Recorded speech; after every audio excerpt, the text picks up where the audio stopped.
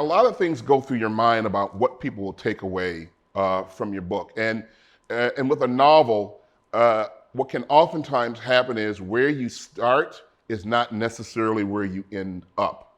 Uh, I had an idea in my mind about, well, I know what this story is about, and I kind of knew where it was going to go, but in the process of writing it, things began to emerge that I simply had not considered. One of the things about this novel is about growing old. Because a lot of the characters in this novel are older. It's also a novel about how you can survive as an African American in this country and not lose your mind. And these people have tried to carve out, as the parents of the kids I played with in Morgan Park and the part of Morgan Park that we lived in, they've carved out an oasis for themselves and their children.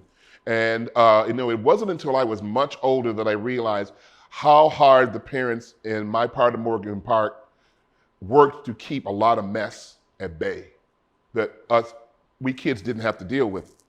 And so I wanted to, and that kind of emerged, and I want folks to kind of get that from the novel. And this is how some African Americans have managed to survive. And also, and this really surprised me at the end, that the novel, and one of the things I wanted to get from it, the novel is about what do you do when the most heartfelt "I'm sorry" isn't going to cover it? What do you do when you think, you truly believe you're doing the right thing? A lot of folks in my novel honestly believe that they're doing the right thing.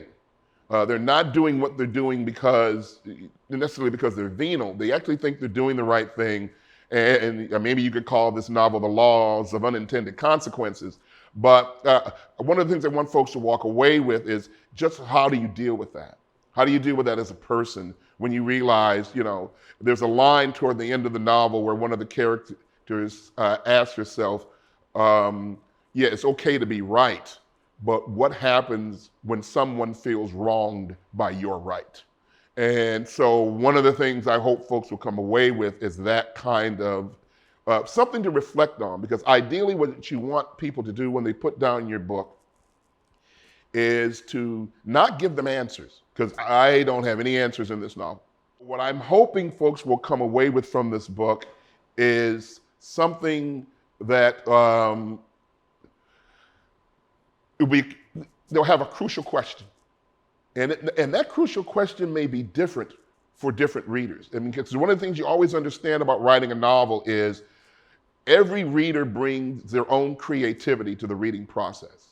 Until a reader picks it up and starts reading, it's just ink on paper.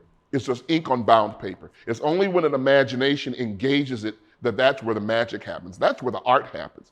But that each reader brings their own creativity to the novel, and that each reader is going to walk away with hopefully a different crucial question. Not an answer, but a crucial question to contemplate. Because when we contemplate crucial questions, even though we don't get an answer, we're further along in understanding than we were if we didn't contemplate the question, if that makes any sense.